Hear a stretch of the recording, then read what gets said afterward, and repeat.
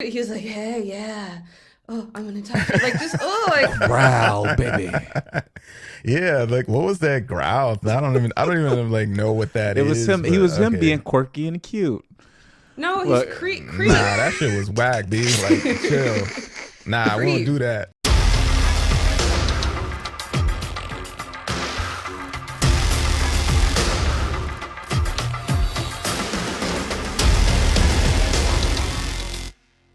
Hello, welcome to Survivor's Ed, How to Not Die First in a Horror Movie. I'm Chris. I'm Tawny. I'm Miles. We are two blacks and a Mexican here to purge. So this is a show about horror movies. We really like to dive into the movies that we love, the movies that we don't love that much, as you might learn soon, the movies that intrigue us, and talk about the journey of the characters through the movie, some rules for survival, and notably check in on our people of color, because y'all know we don't do well in these movies. So without further ado, this week's movie is The Purge, released in 2013, directed by James DeMonaco. This is actually the first film in a series of movies that were super popular for a while, and then there's another one coming out this year called The Purge Forever. Oh, The Forever Purge. I didn't even know about that. Yes, and also a TV series. So this film kickstarted a franchise and was popular because of the concept. This is in sort of a future-ish world, or I guess we could say an alternate reality, in which in order to kind of placate all of our savage needs, there's been established one day a year where everything is legal, including murder. And it seemed what they say, like the not, it's not a crawl, but the little, like, I don't know what you call it, like the preface or whatever. Yeah. I don't know, in the beginning tells us that like the society is doing great by all these, standard measurements, like crime is down and unemployment's down. Everything's great. Everything's great because we have Murder Day every year. Murder Day. And so except for certain classes of government officials, and who are safe, as you would do.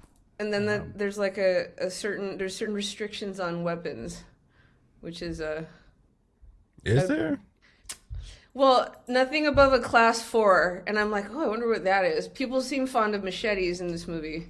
Yeah. I guess you can't have like a tank. I missed that part. Like, so is it just what's the classes? Did they say what the class? They don't give you any information. I'm gonna give a quick disclaimer. A quick disclaimer to the audience here. If you've seen The Purge, if you haven't seen The Purge, this concept, if you pull the thread even a little bit, it starts to fall apart. And so we're gonna do a lot of this where we explore the rules of the Purge, and some of the things are not fully clear. But Tawny did a good job of reading at the beginning, so I'm gonna lean on you, Tawny, in terms of really breaking down the. I tried. It was really hard to find, because I wanted to go in, because I was it was like no government officials above like a level 10 or something, or. So I'm going to guess that some of that gets fleshed out in the other movies. I only watched the second one. I haven't seen anything beyond the second one. But yeah, I'm guessing like probably like no tanks or like gigantic weapons that could just take out a bunch of stuff and cause so much destruction that it wouldn't be worth having this. Yeah, property damage, right? That's the problem. Mm-hmm. So, what's the situation? The Purge. I think we this first movie. out. Why don't we? Let's restrict ourselves to the first movie. Obviously, what's the situation in The Purge Part 1? Not to be confused with The First Purge. I know, and that was what made it hard to look for information about the first movie specifically. Damn it! No, that's not the one I'm trying to look up. I was trying to look up. So the protagonist is James Sandin, of the Sandin family. They're the protagonists of the movie, and I was trying to look up just because it opens with him on the phone. Like, we get this background. It's this not too distant future. It's set in 2022. the original one. And yeah, crime's down. Everything seems to be going great by all these different metrics. Because one night a year, all crime is legal, and all like emergency services are shut down, which is another important part of it.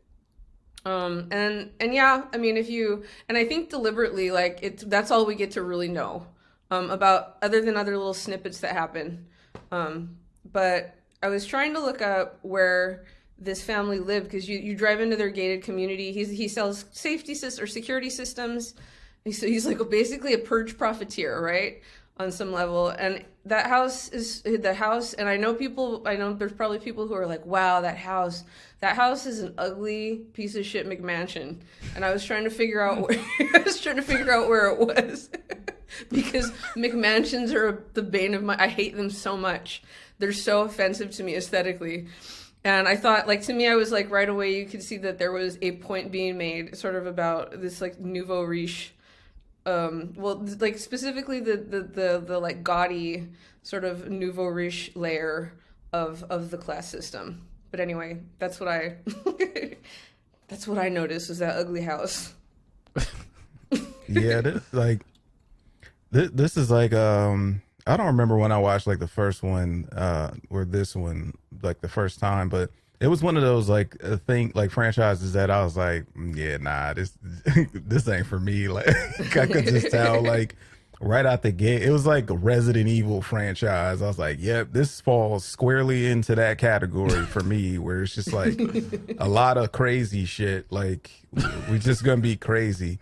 I do, the one thing I do find interesting about this movie is that it's a day where all crime is legal, right? Like everything is allowed, but they mainly just focus on murdering people. Yep. Like there's not a lot of like, they don't show a lot of aspects of like, petty because theft.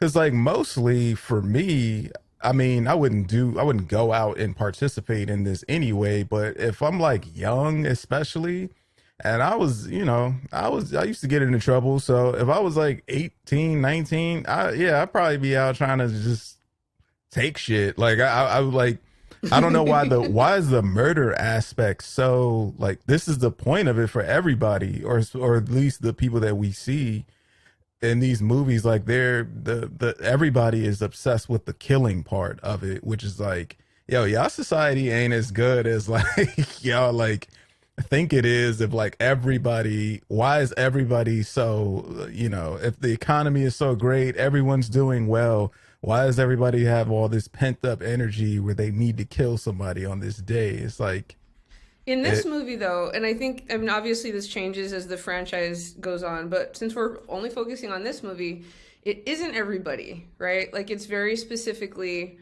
the what are they called, like the freaks, the people with the masks on, who are rich and young, and as he points out, highly educated, and he's wearing his little like prep school jacket, and then so that's maybe like, and I was joking with you guys, like I went to school with those people, like those, I know exactly who those people are supposed to be, like the upper echelons, and then you have the like people like the Sandins, the people that live in the Sandins community, who are, I think, a tier below that, like they're maybe upper. Or maybe they're like upper, let's say like upper middle. And they're right? established as a family that has risen to wealth over the past few years. Mm-hmm. Yeah. And not that, right. And the Sandins are different, right? They have empathy, and there's like what does he make the comment about not being able to pay the bills or something? Yeah, we still couldn't pay the rent. Now we're looking at boats. Mm-hmm. Yeah. So I think that's that's like an important little thing that you could easily miss. That line is so funny. Like when he's like, you can park your car on it. Who takes a car on a boat? Like it's just such a like, look how rich we are type of thing. Like that we're even, you know what I mean? Like just to pile on to what he had just said. Is that like more towards like what the disdain is like for the neighbors to them? Is that they're just newly rich? Because I still couldn't really pinpoint what their actual issue with them. Because like from the beginning, they kind of have like this sort of, like just this negative like attitude towards that family. Like, and they're real just fake as hell, like towards them, like, and just real passive aggressive. And it's like, is it because they're just newly rich? Like, they're not actually from that, they're not old money. They're, they just I came don't up think the basically. I don't think the other neighbors are old money either. I think they're all. That's why their houses are so tacky in that whole neighborhood. Those are. I'm telling you, like that's like a neighborhood for people that didn't come from the Kennedys, and like the prep school kids are like the. I'm not saying the Kennedys would go out and murder people on the purge night, but I'm saying like that level of sort of wealth and privilege versus people who are like living in a McMansion are two different. Yeah. Those are two different strata.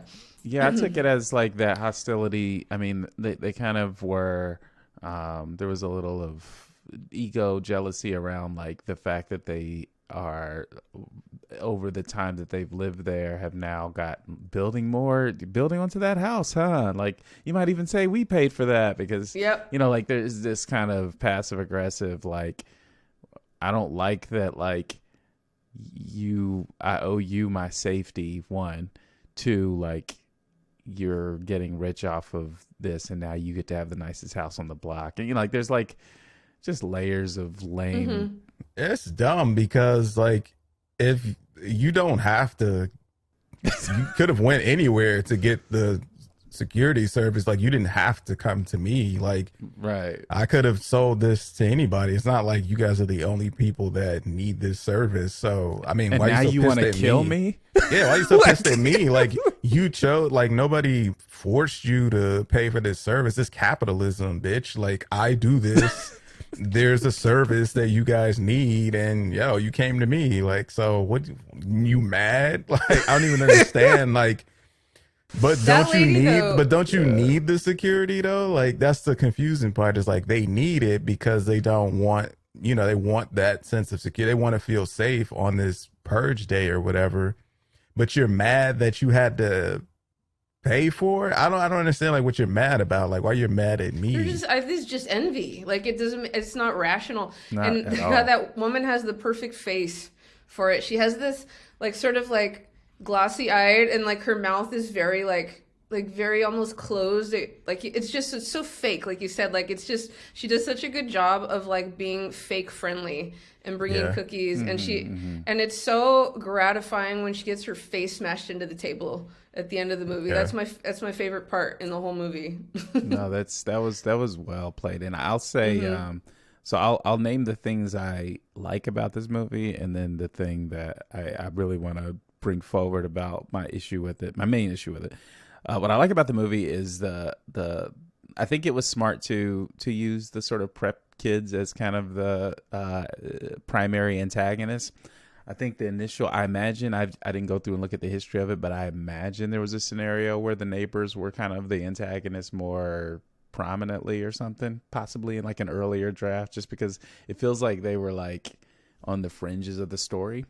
But It's built in there though. Yeah. Yeah. And I like the choice to sort of bring forward these, because they are menacing, and they represent a part of society that a lot of us don't feel comfortable about, which is sort of the psychopathic, sociopathic, well-to-do, rich, blonde, white kid that like can hire you and fire you, that has way too much power, right? And the sort of 80s yuppie of today, like, situation. So I thought that was cool. I thought that the stuff with the actor the actor did a good job of like playing that part. Like there's a Jokerish quality to him, and I think that worked.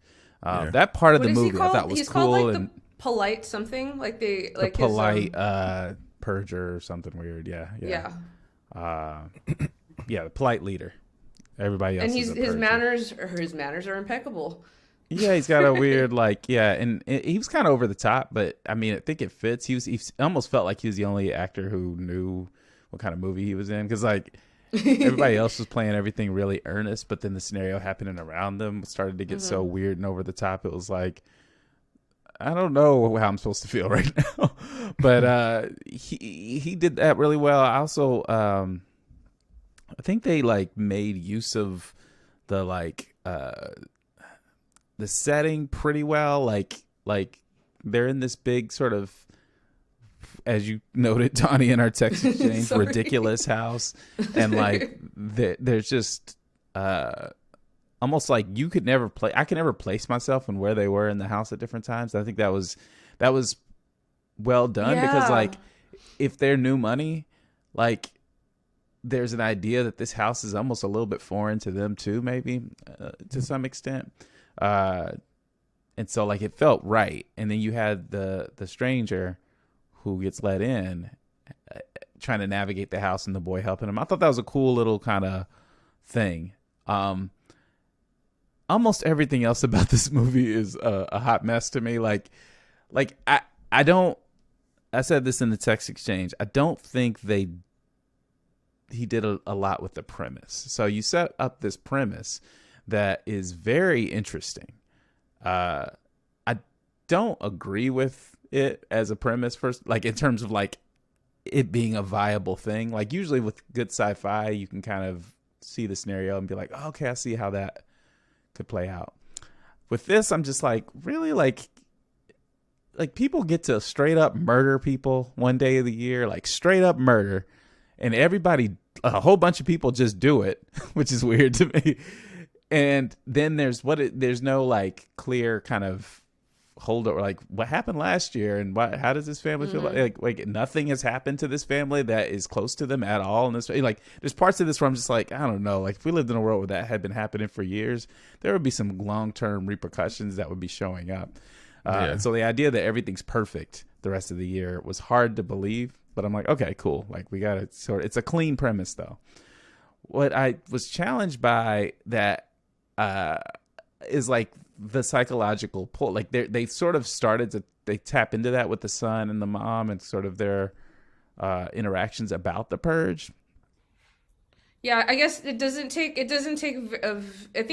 I think there's notes of it. I think like, you know, they all seem pretty traumatized by the end, and she does insist that nobody else dies. Like there is that moment of where she's, I feel like, sort of trying to acknowledge that like she's not going to participate in this, even though these people on some level completely deserve whatever she could do to them. But I think it tries to do that. Maybe that, I think that's the idea of that. Although I'm sitting there watching it going, fucking kill them, you know, like as somebody who's just watching the fictional story, but it, you know, there would have been something satisfying about that. But I think it does try to do that. It maybe just doesn't explore that enough for a movie that seems to be trying to have a message about that. And I don't think like the message is like even, I can't even tell if they're really like trying to say something in this, like, or if they just thought it was cool. It seems like they more or less just thought this was a cool ass idea, like, and they had to throw some level of morality in here because this is obviously not right. But it seems like they just thought that this was cool because it is in there, like you said, at the end, they don't want to, this family doesn't want to kill anybody. They have no desire. They don't get any pleasure out of the idea that they could possibly take someone's life. Even the ones that they do kill are out of self-defense. They're trying to kill them. And in order to not be killed, you have to do what you got to do, which I can get on board with that. Like, I don't even have any like gripes with like what they are forced to do. Obviously there's this scene where they like got the black dude and they're tying him up. That's just like not a great scene. So that right there is like, okay, what are you doing now? Because now this is, I could understand like, you know, them coming in and you defending yourself. This is a decision that's like, are we going to be able to live with this type of decision? Like, yeah, we're going to be alive, but will we be able to live with this? And I think they definitely wrestle with that. And I mean, it's in there. It's maybe sloppily done, but it's in there that, you know, it's not a good thing to want to partake in, you know. See, it is there, but like, I have a question. So like, why is it that there's this fear of, at the beginning, there seems to be this fear of of not being okay with the purge? You know what I mean? Like at the beginning, the dad is very clearly like he's saying things he doesn't believe. Mm-hmm. Like, what's the what? Like, what's the?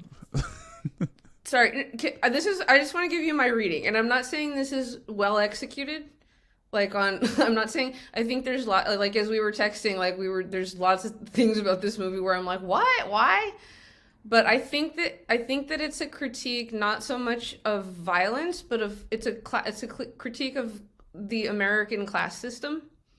And I was talking about this before, like there's a few different levels or strata going on here, right? We have at the very, very top, we have the preppies, who are like kids that like Ivy League kids, right? Like that's who these people are, okay? And not that everybody that goes to an Ivy League is a preppy kid from like, elite privilege, but that's where those kids tend to go, right? Like to schools like that, the children of senators and things like that, and old money. They have sort of inroads to those places more so than the rest of us. And then you have like the sort of strata that the stratum, right? Stratum is singular. That the Sandins are in, and they've just only recently sort of arrived there, as we established, right? Like the line about we couldn't pay our rent and now we're buying a boat, right? So it happened very quickly. And I think he even says like last year. So the Purge at this point, if the movie came out in 2013 and 2013, it's set in 2022. So I think it is trying to imagine a future, like as opposed to an alternate reality. And I think there are people that are probably still uncomfortable. Like I think this is a fairly, that would only be like 7, 8, 9 years that it had been happening. So I think it wouldn't be something it would be something that people were still adjusting to, especially, and if you notice, who has the easiest time just wiping people out because they want to, because in the words of that polite leader, like it's my, what does he say? He uses the word privilege, or no, I'm entitled to this. He uses the word entitled. Okay. And so who's the people that have the easiest time not giving a shit about everybody else is the most elite, right? And then you have the people who put the blue flowers out who are saying, I'm not participating, but I support you, right? And who are those people? Those are the people that are the Sandins. That's the neighborhood they live in, and that's the people who are. Those are. And I'm going back to. So there's a book that I read a long time ago, and it's by Paul Fussell, and it's called Class in the American Status System. And like he has this thesis about how, Americans like to pretend that there's no class here, but there clearly is. And then he lays out his whole, and it's kind of funny. It's a little bit tongue in cheek. It's a little bit offensive and, politically incorrect. But one of the things that really stuck with me about reading it, and that feels like it rings true, is that the people who have the most anxiety about where they are in the system are the people who are like right on the verge of being at that upper. And they're so nervous about dropping below, that they're willing to, maybe they don't have that, I'm entitled to do this, I'm privileged, I get to do what I want, quite the way the upper crust, this very upper echelon does, but they're willing to let it happen, as long as it's not happening to them. And that's what James Sandin says, this stuff like this doesn't happen in our neighborhood, right? And it really doesn't. There's not, in the later Purge movies, they do show like other people around America. But again, let's focus on this one, because I think this one's trying to be allegorical in that way, sort of. The only person in this movie who's really kind of an innocent up until the end is the bloody stranger, the black man, right? And they say that he's homeless, and I'm assuming that's what it is. I read one review where somebody said he was a veteran, and I don't know if that's said in this movie, but maybe it comes, because I know he's in the third movie, that actor. He's the closest thing to innocence, other than maybe the kids or something like that. And he's at the lowest level. He's the most vulnerable. And he's not running around looking for people to kill, right? That he's being hunted like a prey because that's the right of these other people. So I read this not so much as a critique of violence in America, but as a critique of this sort of class system and the way it works, and the way people who are potentially empowered to stop it, or at least stop other people below them from being exploited, right? The people in the middle, but because they're so anxious about their own status, they're willing to put up with any amount of shit as long as it's not happening to them. And what the neighbors weren't going to bother them that night, right? They were having their purge party. without them, and they're like, well, we saw you have this, we saw this happening over here, and we thought now was our chance, right? Like I don't think they were originally planning to attack the Sandins until they saw what was happening, and that envy was the driving force. They're like, let's get those, because those like newcomers. So that's my reading of the way I think that's supposed to scan. In terms of, I'm not saying it's well done. There's lots of sloppiness, and some of the stuff with the spatially like nebulous house. Like the whole movie, I'm like, where is that? Where is that? How many floors? What floor are we on? Mm-hmm. There's a part where he's like, you go guard the other side of the house. I'm like, that fucking huge house? Like that. Yeah, even when they like start to infiltrate the house, like they were just coming in from random place. I don't even know how they. I know. I'm like, I didn't coming even know in from like various places. Like I don't even know how they entered the house or where they entered. But I kind of agree with like that assessment. Is like this is about like sort of. I think they say, what they like you saying, Chris, at the beginning, he's sort of saying things that he doesn't believe. It's just that complicit behavior that you see with a lot of people just going along with stuff because, we don't want to be, outcasts within, even though we feel like what's going on is wrong. And so you see all that like tit for tat shit like happen within Congress where these people of conscience like pretend like, they go along with things that they possibly know are bullshit, but they will pretend like, it's something that they have to support or it's not as bad as it seems just to kind of go along with the situation. But it's like, you're just being complicit in some shit that is like completely wrong, like just to kind of get along. And I think like, it's just about like a part of this is just about the cowardice of people. Like how cowardly, like most people are. You're not really looking to get your hands dirty and kill anybody, but you ain't gonna do nothing about somebody else getting killed either.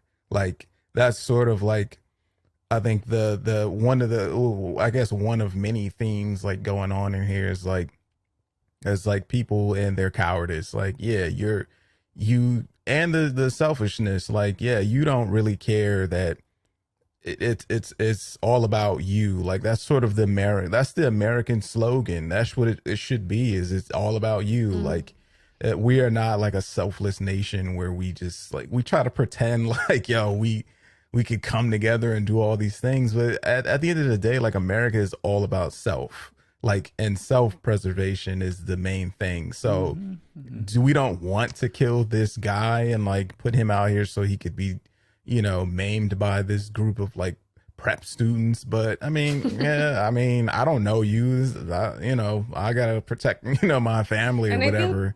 And then he dies. Like he's willing to hurt that. His family pulls him back up from the brink, but like, I feel like his death is like, he's paying for, and like I said, he's like a war profiteer, not a war pro. He's like a purge profiteer, right? They're rich because of this hideous blight.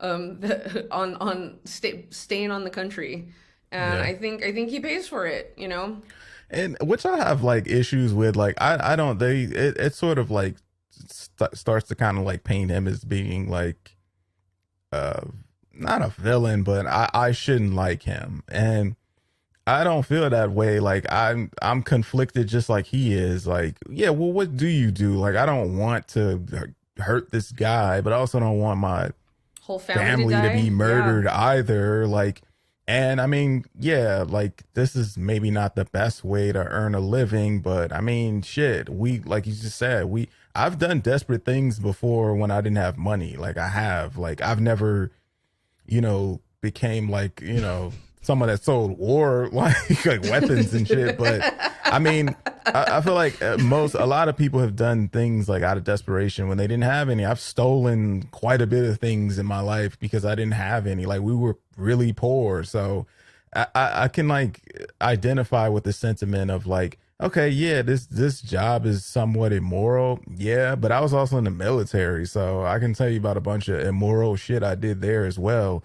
And we prop those people up in society, and we clap when they come home, but they do a lot of stuff over there like that's like questionable as hell. So it's hard for me to like really look at him and sort of be judgy and be like, well, you shouldn't do this. It's like, well, I mean, he's in a difficult scenario. I feel like. I mean, I don't think the movie necessarily paints him as like somebody we should dislike. I think he definitely is painted as kind of he has an arc, right? Like he's kind of the one that needs to sort of come to grips with reality throughout.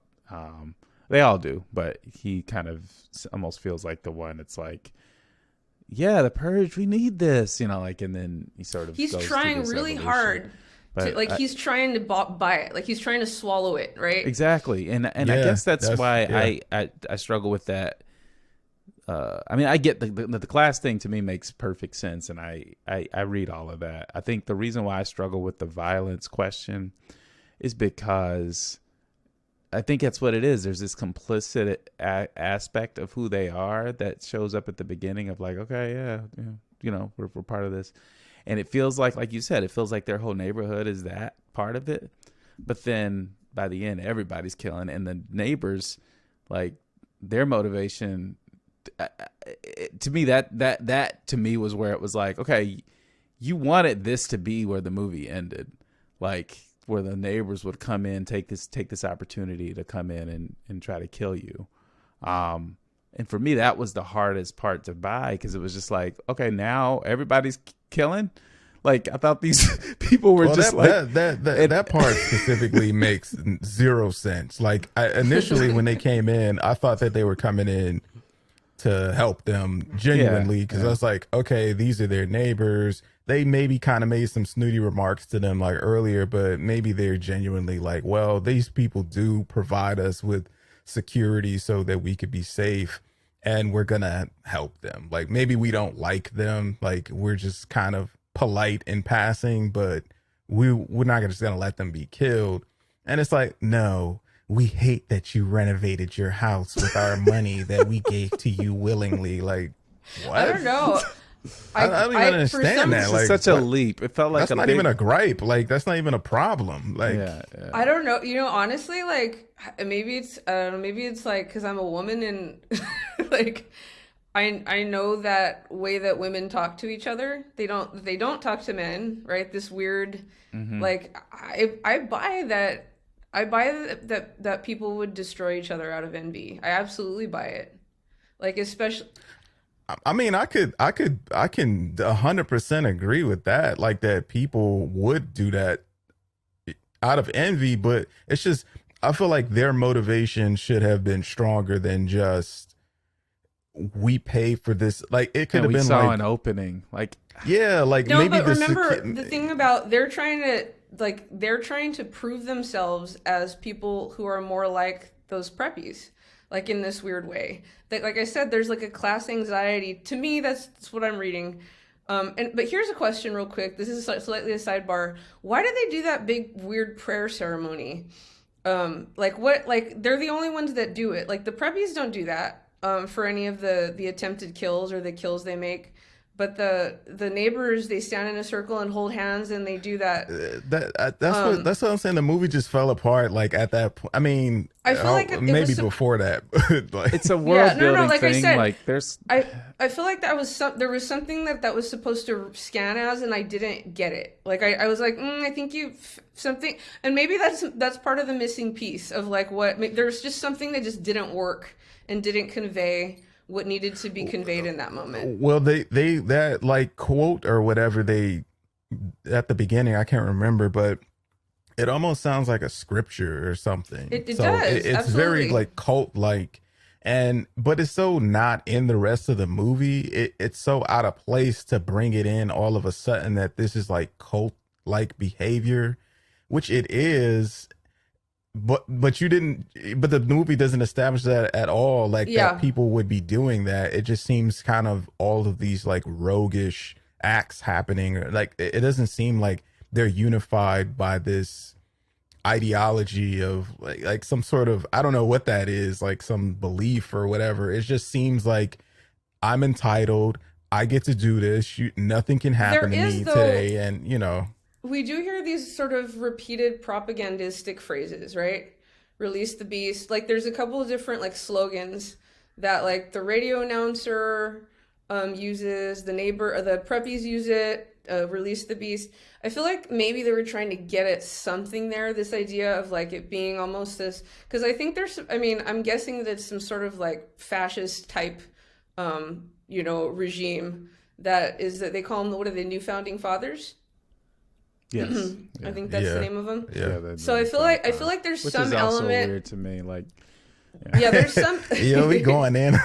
there's some element there that they were trying to build about like a belief system, right? Like not just this thing we do, but it's part of this sort of weird belief system, but it's just not fleshed out effectively. And let's just all collectively agree that there's a lot of holes in this movie, like that. It's just missing pieces.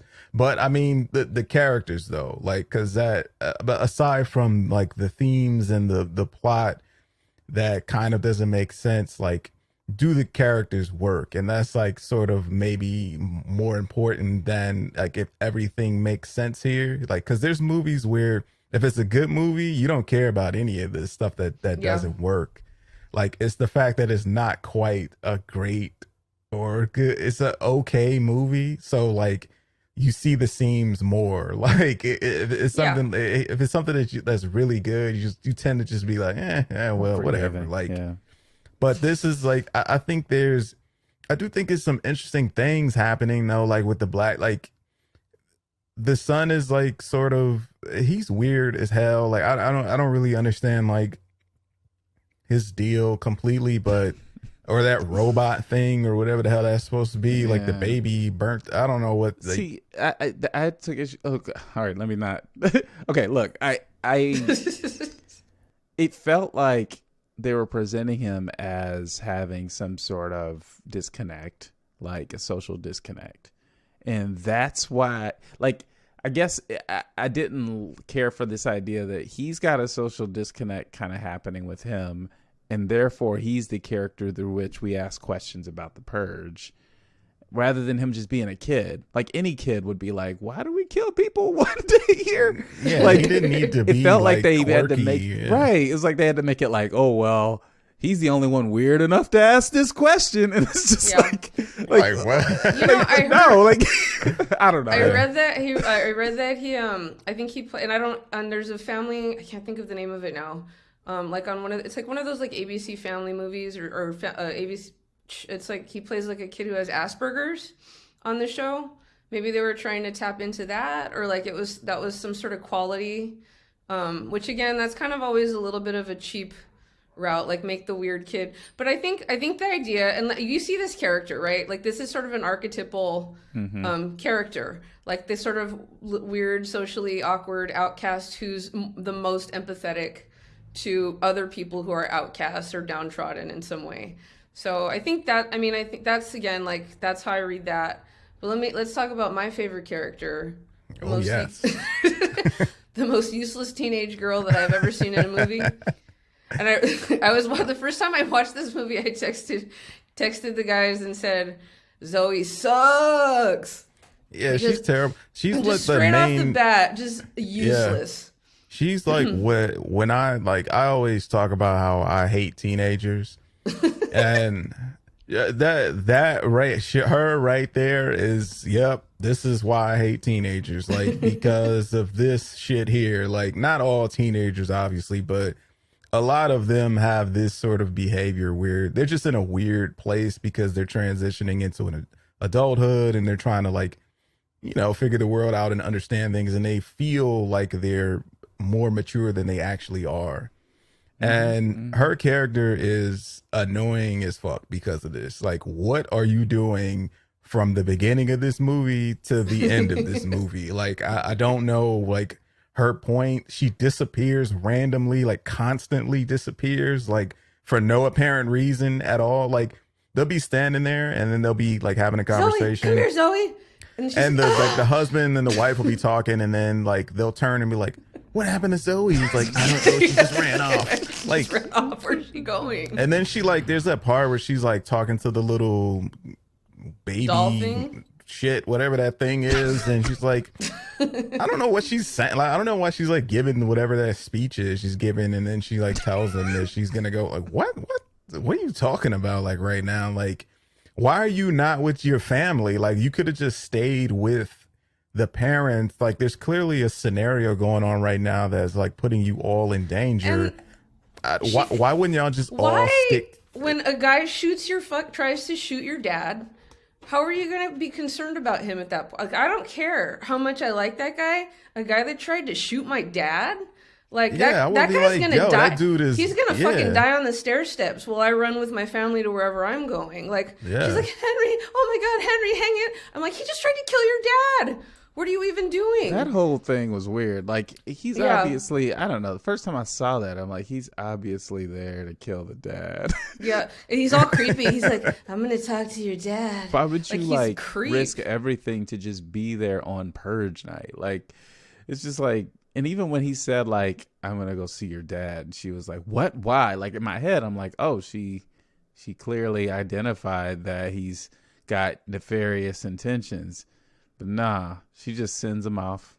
And it's like just puts her headphones on and like just sits there like, well, I guess he's like, because even his motivation to do that is sort of stupid. Like, okay, I like your daughter and I like her so much, like I'm gonna kill you and that's gonna make things better with our relationship afterwards. Like, how does that work? He was a creep. He was a straight up creep. And the parents were glad. The parents were free from It's like, I don't, it's Purge night, so therefore you're not only free from legal ramifications, you're also free from interpersonal ramifications. Yeah. Like, yeah, it's like nobody cares about consequences in this. Like, sure, nothing in, like, freedom is not free. Like, that's the thing that America is just completely oblivious to. You can do whatever you want to do, but there's this thing called consequences that makes, that's the price. Maybe you don't get like and legally in trouble for doing this, but I'm pretty sure that killing your girlfriend's dad is not going to be healthy for your relationship. Like, what do you think this is going to go after this? Is like, there's nowhere to go from this. Even like, you killed my dad. Like, wish I had someone to walk me down the aisle right now. Yeah, it's like how does that work? Like, I don't even understand like the logic behind that. And like, what? And then after he's dead, like, yeah, I'm rocking with. I might like you, but that's my family. Like, even as a kid, when you get real mad at your parents or sibling or whatever, you still never want to see anything happen to them. I don't care how pissed you get at your parents and they tell you to do whatever and you stomp your feet or whatever and slam your door, whatever the case is. At the end of the day, if something was to happen to your parent right there in that moment, you'd be devastated. It doesn't matter like how much your parents piss you off. Even you still more love so them. if you were mad at them. You know what I'm saying? Yeah, you still love them like unconditionally to where, why would I be okay with you killing my dad? That's so stupid. It's like, so dumb. It's just like, dumb as fuck. Like, you completely don't understand me at all. Like, or people, period. I think the parents, like, maybe they told her it was his age, but that guy was a fucking creepazoid. Like, and you could, he's like, hey, yeah. Oh, I'm gonna touch it. Like, just, like, growl, baby. Yeah, like, what was that growl? I don't even like know what that is. It was him. He was him being quirky and cute. No, he's creep. Nah, that shit was whack, dude. Like, chill. Nah, I won't do that. Like, he reminded me of Evan Peters. I know it wasn't him, but the actor that I think he played Quicksilver. Oh yeah. But who has like whatever? We don't have to get into Evan Peters drama. You know what I will say, like, that I had like a major issue with is so this guy sells security, right? Okay, cool, got you. Like, that security system was super trash, bro. Like, yeah, family, they made it in the house as fast as you could say security system. Like, that's how quickly they was in the house. Like, it took them zero time to go from outside of the house to infiltrating the inside of the house. Like, if anything, the neighbors should have wanted to kill him for how weak the security system was. Because I was See, like, yo, what is the point of having this whole thing? They can cut your power from the outside of the house, which is a stupid Yeah. design. Like, my design would be where my power could only be, My power is it's attached to my heartbeat. Yeah, or something like. Once my heart but look, and here's the thing, like that to me is another it's a hat on another hat, which this movie is just hats on top of hats on top of hats. Because like you got your class thing, which is the overarching message. You got your cult weird like beast something thing Beast, floating in beast. there somewhere. But you also have this thing of like he was a snake oil salesman too. Why? Like why was that? Why did that? Like I guess I get that like that's a layer that could have been a bigger part of it. Of like, oh, these things don't actually work, but it worked for everybody. Like nobody. I guess maybe Well, it does factor back into the class thing of like Yeah. they would never test Nobody's it. But even like, gonna come here. Yeah. but like I guess it's like I don't know. It's weird to me that it's that bad. Like it's so bad that like literally What, this do they guy have, can like, a start truck and a counting. chain? This guy can start counting and you get scared like the Three Little Pigs. Like you have no confidence in this thing. he's like, I'm sorry, it's cool. I respect you. You're great. I'm gonna go get this guy now. Like he there was no like moment where he was even I like. respect you. So was that deliberate? Like, because I read that as did he knew he was a snake oil salesman? Like he knew that the security system was not He good. didn't know it wouldn't. Like it was like a weird like he didn't ask any questions maybe type of thing.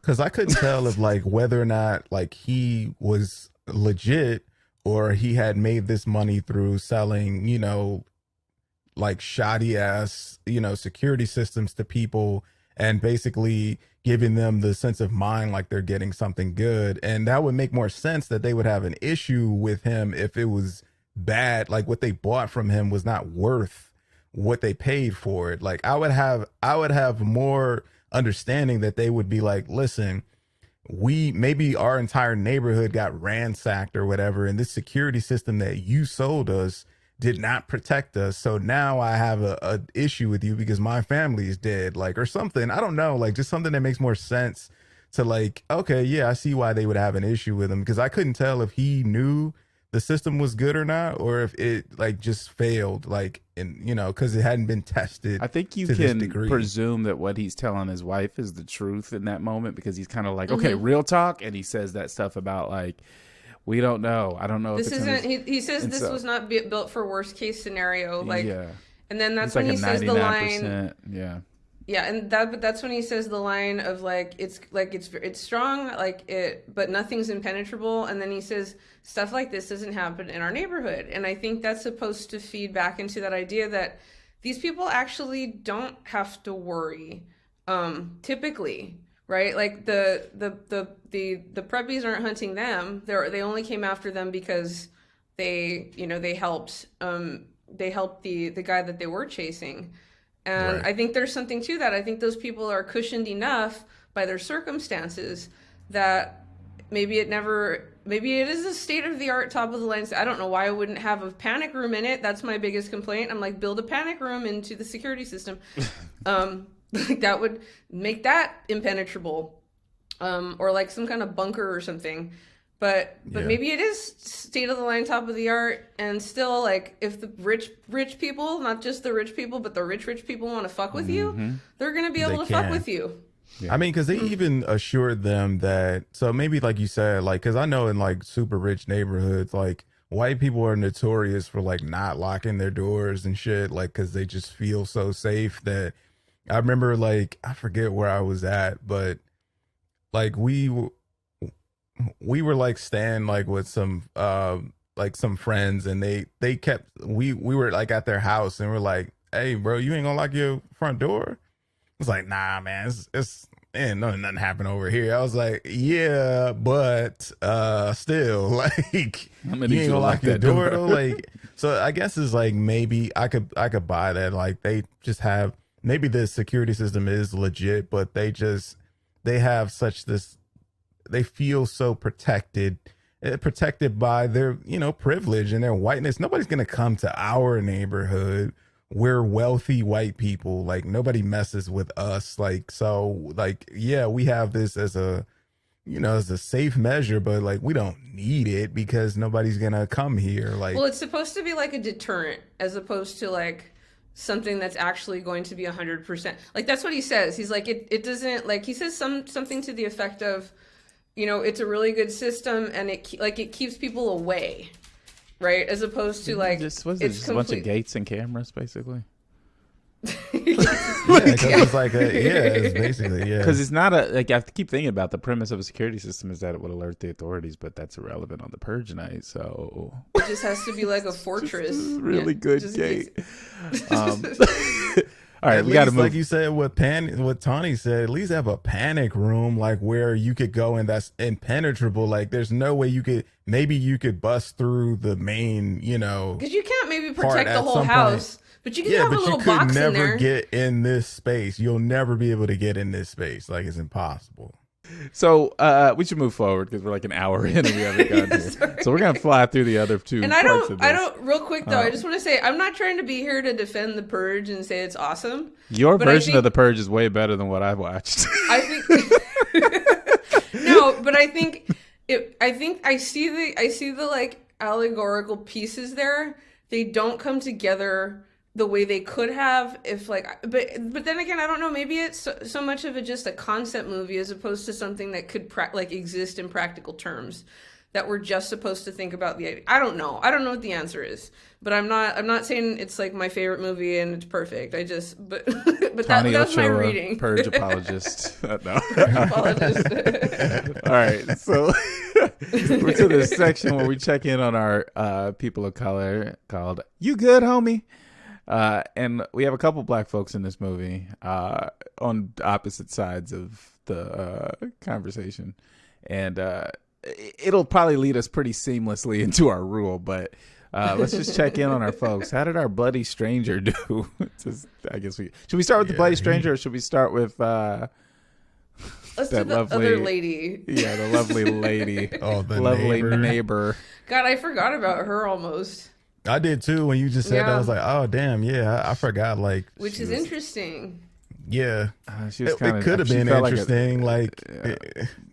Culturally, she was placed culturally with the other the other people in the neighborhood. Like she was, it's clearly a utopia there. But honestly, I feel like she only existed to sort of detract from the idea that this was fully a racial kind of conversation in a way.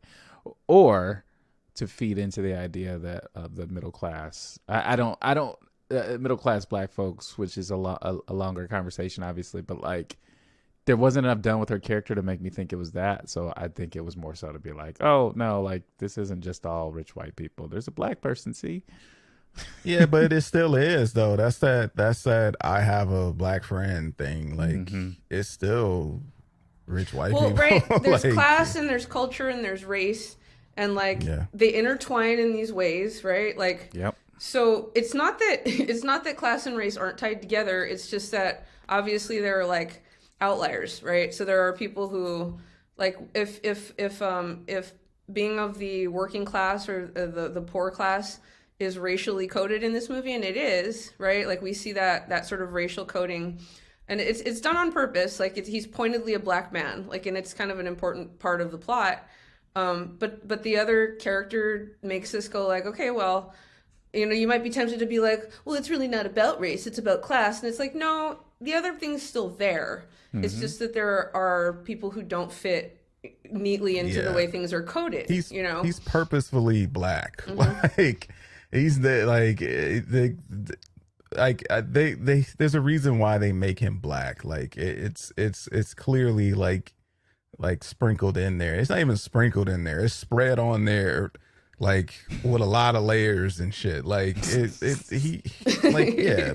I mean, he's not doing what, I mean, he's running like, I mean, he literally looks like a slave. Like his eyes just big, he's sweating and shit. Like he's on the run. Like, oh my God. It's like, yo, yeah, come on, man. It's clearly like what's happening. That's a fair compare. Like, I mean, I think, like, yeah. Could you be more apparent? Like, I mean, come on, man. I mean, yeah, but I feel terrible for him because, like, I mean, he gets done dirty like pretty much the whole movie, and of course, like, like black people, like, we're forgiving, and by the end, it's like he's I know. gotta I'm like, do I wouldn't blame him if he just like didn't even help. Yeah, nah, like if he just like, this ain't He's my like, I'm out of here. problem. Like, yeah. But also, I feel like maybe his decision to, maybe not do that was like a smart decision. Because what am I going to do? Go outside right now while the purge is still happening? Like, Yeah. I think I'm going to just stay here until it's over, too. Like, this is a business decision for me, like, on my life. Like, I'm not going to, like, dip and go back outside right now. Like, I'm going to stay here and do the moral thing and help her. To go back to the point about, like him as a representation of the working class and the working poor, and even and people experiencing homelessness. There's and in the past years I've read a number of articles that are about studies and stuff where it's there's pretty good evidence to show that people who have less in terms of access to like capital are more empathetic, show more empathy, and when they look at people and the way they make decisions and the way they're willing to like shock the person on the other side or whatever. Like there's all these studies that show that that poor people, working class people, are more empathetic.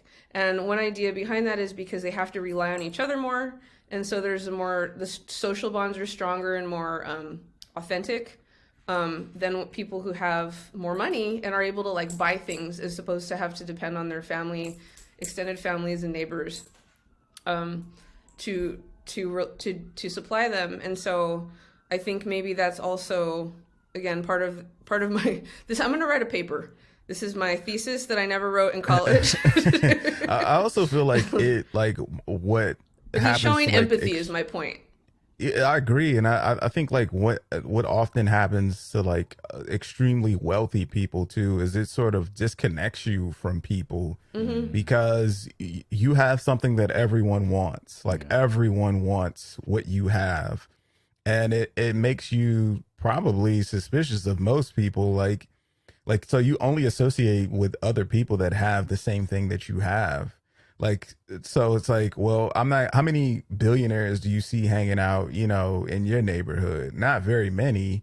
And it's like, well, I would be scared of being taken advantage of as well. If I was a billionaire, I would be worried that people would be disingenuous to try to get close to me in order to get, what it is that I have. So it immediately disconnects them from people where it's like, yeah, I don't have any empathy for anyone. Like you see most really, especially in this country, like really wealthy people are always like, yeah, just figure it out. Do pick yourself up by your bootstraps. Like do this. Yeah. Like they have that this bias. It's a cognitive bias that's like it's like if when things don't go your way and you feel like you didn't get what you wanted, it's everybody else's fault.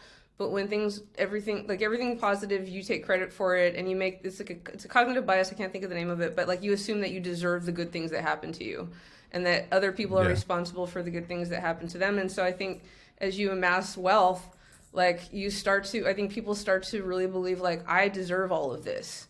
And I know that sounds like almost anti-American for me to say that you don't necessarily. But I think then they look at people who don't have it and be like, well, then they have what they deserve. It's part of that American mythos of like meritocracy, right? People, what you have in life and what you have is reflective of the work that you've put in. Yeah. And rich people people who have more stuff, I think buy into that heavily the more stuff they have. Yeah, that I do more, so I deserve more, and for that reason I have more.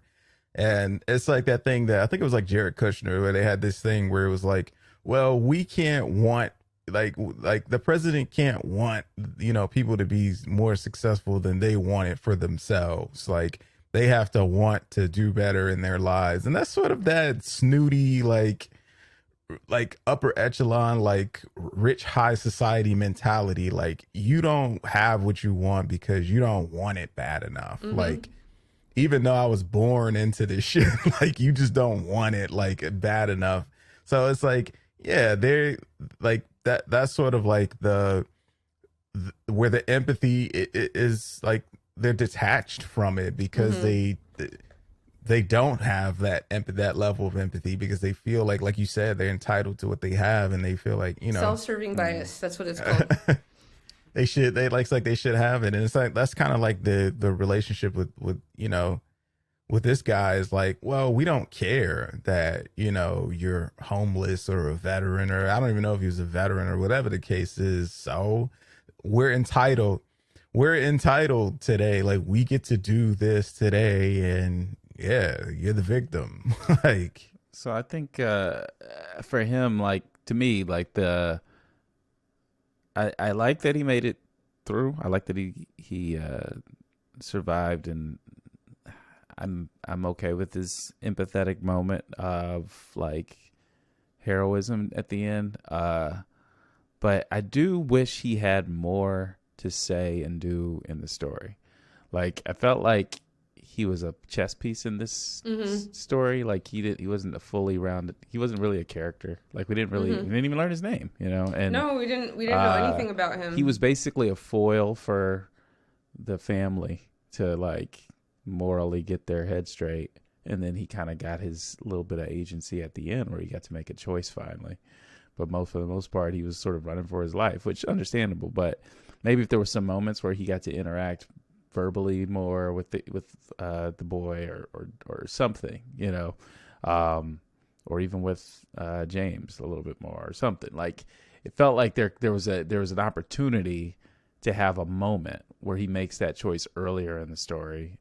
Like, okay, look, this is who I am. And it doesn't have to be like a exposition dump, but just like, look, these guys started chasing me, you know, and you could even feed that into the larger class conversation if you gave us a little more of his character so you understand where he was at when things started a little bit. You know, like just little pieces that he could have been able to give that would allow me to connect with his character. Because as it stands, I did take a little bit of issue with, I don't know, like I felt like, he just felt like a pawn in a way. The sort of blankness of him. He's sort and of it was just like he was magical. He was the magical Negro to Kind show up of. and teach the white people empathy. Like it's like kind of his. It's like You know what I was literally like what he is. You know, did you notice? And maybe this is just me reading too much, but again reading too much.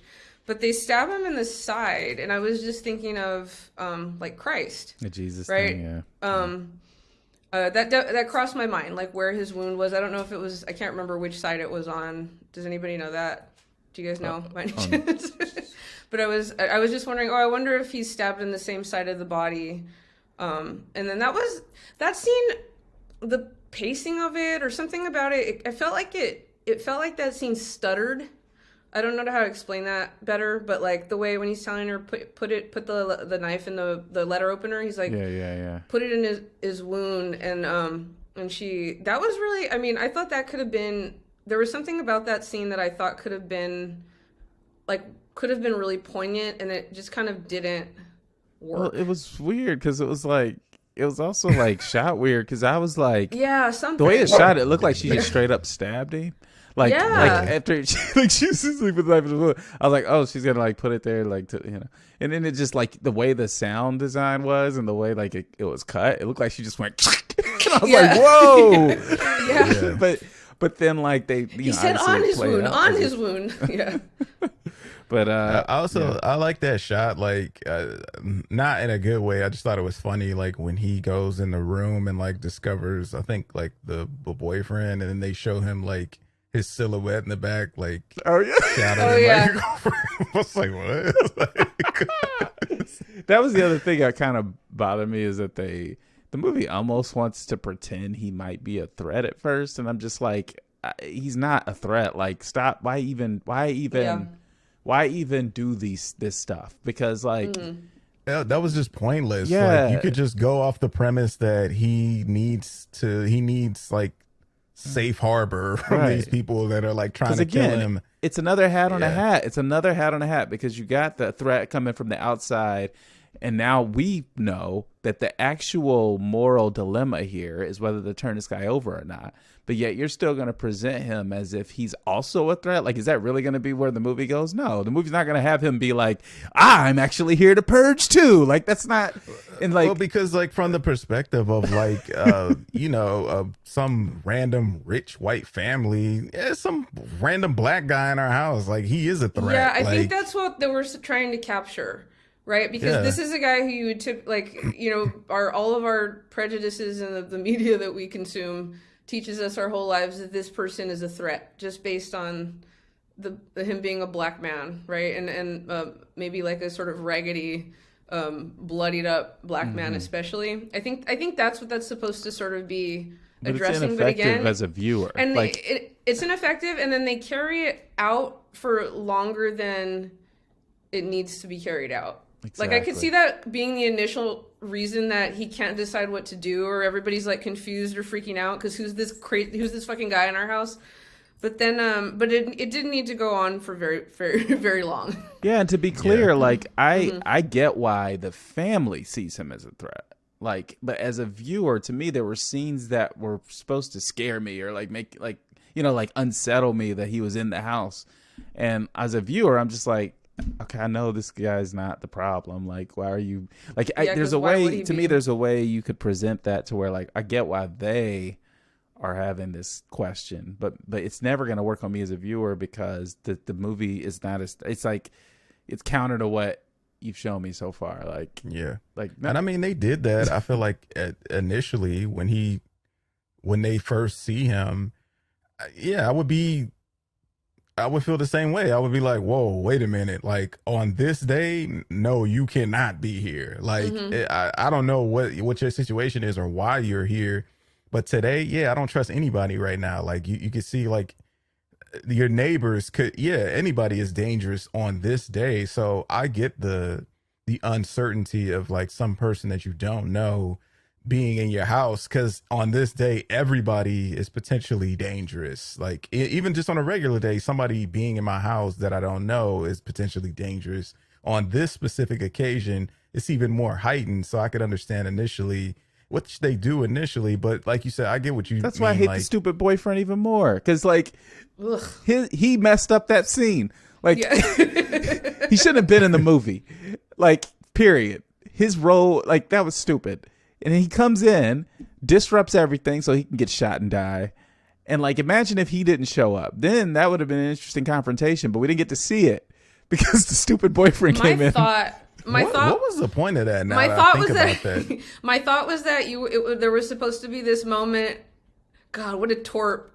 That guy, he's supposed to be like, here's the guy who looks like a threat, right? Like the homeless black man, and then you have the like crisp elfin nosed like white teenager.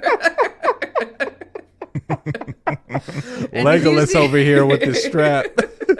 And he's the one coming down the stairs going to shoot people. So I thought that's the point that was supposed to make, but that's really all it was there for. Good Lord. Like, that's what I'm saying. Like, more hats on hats. Come on, people just... But I mean, like, you don't even need that because the prep kids come and they're that anyway. Like, you don't even need the... And like, I hadn't seen this movie since whenever it came out, so I didn't remember everything that happened. So when he shoots the boyfriend, I kept anticipating him coming back. I was like, okay, well, he's got to come back, because what was the point of any of that? He doesn't come back. And he never comes back. He's dead. He just dies. After that, that's it. I was like, what the fuck was the point of that? Like, that was the most pointless. Like, you did not need that at all in the movie. They needed it like, so that Zoe could disappear, which is the most important thing about this movie is Zoe constantly disappering. And I guess that's what she's so awful. You could probably eliminate Zoe too, but anyway. I'm just saying. I mean, yeah, because I mean, she doesn't really do anything except disappear. Like, it's like you wanted to have the traditional American family. So you have the girl and boy, and then you had to think about, what do we have those kids do that adds to the conflict? Well, the boy lets in the stranger. Okay, that part of it, to me, that's the movie. Like that is the movie. Is he lets in the stranger? There's a moral dilemma. There's this issue with the people outside. Boom, he fits. Zoe's stuff just is like, oh, she wants her boyfriend, so she's mad at dad. Therefore, she doesn't see the boyfriend is a threat. He shoots the dad. He gets killed. Then she's upset because of this. So now she's all over the place. But oh wait, no, she shoots the guy at the end. Like, oh, who cares? We don't need all that. Go away, Zoe. That's pointless. I also find it interesting how there's no other kids like in this neighborhood. Like the rest of the families, like I don't see nobody else has kids. Like that's why they have money. That would complicate their murderingness plan. I know. It just seems like such a neighborhood where like there would be other everybody's got a family like but there are none. It's just these people that have kids. And they're all like they're all middle-aged people too. It's like okay, yeah, like what? Like none of you guys have families. All right, so what's our rule? I mean, we've kind of basically skirted around it, but let's speak it out loud. What is our rule for the Purge? Miles, I think you should take this one. What was it? What did we say? Like specifically, avoid white people. Avoid white people at all costs. Like at first, during the Purge. At first, I had said just disappear for large swaths of the movie, and that eventually became, in fact, just stay out of there altogether. Just don't be there. That helps, but I do think like in this scenario, a lot of the things that were happening were things that you don't see happening in my neck of the woods. Yeah, for real. With Granted, my people, we didn't see anything happen anywhere else, right. But just based off of the premise that we have, stay away from them. Like just go somewhere else. So Mr. Edwin Hodge, our bloody stranger, enters the story, being wounded and being pursued by white people. He is let in by white people. He is then pursued by those white people. And the first white people that was after him. The first ones too. And so he Stay gets stuck in this weird like tug of war trial by combat between white people for his fate. He's probably like, bro, I was just trying to chill. I feel like he could have found somewhere in that gigantic house to hide and just fucking crawl into a cabinet or something. They can't have time to open every cabinet. I know. At some point, I'd be like, "Why y'all so fixated on me? Like, yo, really? Like, I mean, it's mad black people that y'all can go kill. Like, that's poor. Like, what? Like, I mean, yeah, I got away, but damn, I mean, I don't know y'all. Like, I don't even know you. Like, preserve your resources. Like we got like this personal grudge against me specifically. Like, leave me alone, man. Like, damn, I got away, man. Like, he was bleeding when he got there, so you did something to him. Right. Like, that's crazy. or did he kill? Was that a thing that he killed one of their people, or no? I think that's what they say. I feel like he said that. Yeah, and then I think they say something like Yeah. Okay, so that makes more sense that they would be then intent like upon have to get him. Yeah. Okay. Mm-hmm. All right. But yeah, so his if it's a purge going on, definitely stay away from the blonde preppy. Stay away from the kids. gated community. Stay away from gated communities. Just go to the hood. Maybe I don't know. Like I need to watch the other Purge movies because I don't know what happens. But I can't remember. Like they definitely in the sequels they explore more than just like rich white neighborhoods, right? And everybody is still purging and doing like different stuff, but it gets revealed though that like it's actually like the purge isn't really about what it's supposed to be about. It's actually about getting rid of poor people and homeless people. And that like it's actually like government agents that are going out and doing a lot of the like killing in neighborhoods and stuff like that, something like that. See, that's some systemic racism types. That's what I'm saying. Like, look, that's I think our rule holds true. You're right. Like this is like a prime. Like I think Tawny, you said it. Like just go out in the middle of nowhere somewhere. Like why are y'all in this heavily populated? Yeah, why are you in this heavily like populated area like of where it's just mad people? Like go somewhere like the purge is happening today, but everybody is like, oh man, purge is in 15 minutes. Like all right, guys, heading home. Like has to set an alarm to remember when it's happening. I feel like that was so like I would not leave my house that entire day. Like I would get everything that I needed that week, and then that day none of us is going out anywhere. We're like gonna be holding up and wherever we're holding up at, and we're not gonna interact with anybody for that. Isn't that what happens in the sequel? One of the movies where the guy's just out and like is like, oh crap, I'm stuck in traffic or something, and like can't get home in time or something like that. Happens in the second one. Their car breaks down, and I'm like, how are you cutting it that close? It's like, why are you? Yeah, like. And then you shouldn't be outside today at all. Like why are you outside today? Like take the day off, man. Like what are you talking about? Stay home, save lives, stay home. Okay, so I think we did it. I mean, there's so much more to say about the Purge, but like we kind of got deeper on this than I expected to. But hey, you know, when a why movie, do we keep doing this with like these not serious movies? We keep like I mean, going super.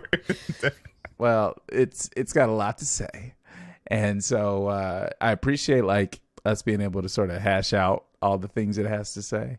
I think it's trying to say a little bit too much about a thing. Like it's like chill, like we get it, classism and murder. But cool premise, interesting characters, cool kind of antagonist type situation. But yeah, the Purge. It happened. I enjoyed it. It was my first time watching it. I was like, hey, this is fun, like I didn't know what to expect exactly. I think I'd sort of been avoiding it because I was afraid it would be too on the nose, and it kind of was, but did some things also that I appreciated. So yeah, I think my Zoe biggest was not one of them. Thing I said was like, I wonder if the premise fully, like if the plot of the movie fully made the premise super necessary. Like it almost feels like that scenario. Anyway, I don't want to go down a rabbit hole, but I was like, there's a lot of things here that could happen in a whole other situation. But yeah. That's why I was like, I actually think it's pretty cool. Like this one is to me the best, I guess, one out of all the ones that I can remember. I don't really remember everything that happened in other ones. I just remember being like completely indifferent to the entire franchise. Like watching it, I was just like, oh, okay, well, there's nothing else on. So, but I didn't really, I don't know. I think it's a cool premise, but I think like you definitely could make it better than this. Like, because there's so much other things. Like I said, like you just kind of focus on the murder part. And I guess maybe that's the purpose of like the other sequels, is because it sort of goes and then explains why it's so heavily focused on the murder aspect of it. So I guess you gotta watch all of them for it to be like, oh, okay, well, I guess I see why we don't see any other crime except murder. Like, I mean, I think nobody would probably want to go out on that night if you were just gonna steal a TV or whatever, like you might get killed. So that's like the risk like is probably like way too high. It's like, okay, I want to go out. Like it's like Black Friday. It's like there's times in the past where I'm not a supporter of Black Friday at all, but there's like maybe 10 years ago we're like, hey, you want to go out? And we were just like, it's not worth it. Like some people get shot like on Black Friday, like they're out there fighting over, and I'm not the person that cares that much about any type of thing that I need to get for $30 less than, you know, I would have got. I just don't care. And this Black Friday is like that to me, where it's like, it's not even worth going out to possibly The run Purge, into some idiot. the next Purge Yeah. movie, The Purge, Black Friday. The Purge. That's I'm so- pretty sure that's coming. Yeah. sure. I think and it's like there's stuff in my head where it's like there's things you could do that would really make this a crazy kind of situation. Things you could do like to a person or to their home or something that then they can't do anything about it the next day. They have to look at you, you know, like stuff like that. There's just layers that it would be interesting to see explored. I'm curious if they do explore it at all in the other movies. Maybe I'll check them out for that purpose. But that would actually the things be that the aren't more murder are interesting- actually to me more interesting, because it's like, what if like I invaded your home and The did day terrible after? things, and you couldn't do anything about it the next day? That should be the movie, is the day after the Purge. Like they wanted to focus on the night and like people being out wearing weird masks and like hunting people down. And that's like kind of interesting. But the even more interesting part to me is like the aftermath of all the stuff. Yeah. And you sort of get a glimpse at the end where they go walk outside and they're standing there and you hear all the helicopters and like ambulances and stuff. And that's sort of like just the generic, like, okay, yeah, this is, now we have to go clean all of this up. But the real like thing is like you do something to somebody, maybe you don't kill them, but you do something to them. And the day after the Purge, what is your relationship with this person after that is way more of an interesting story to me than like heavy, wearing the, like Purge just became a thing about who could find the coolest mask to wear and like and kill some look people creepy or whatever. Yeah, yeah. masks. Yeah. All right. Well, I think we've said not nearly all there is to say, but we've said plenty. This was a lot of fun. I love picking apart movies, and this is a movie that is very fun to pick apart. Pick apartable. Pick apartable. It's pickable. So thank you for joining us. This is Survivor's Ed, How to Not Die First in a Horror Movie. Please go back and watch some of our other episodes. We've got quite a few in the bank now. And we're on Stitcher, Spotify, Apple. If you're watching the video version of this, you know that we're on YouTube.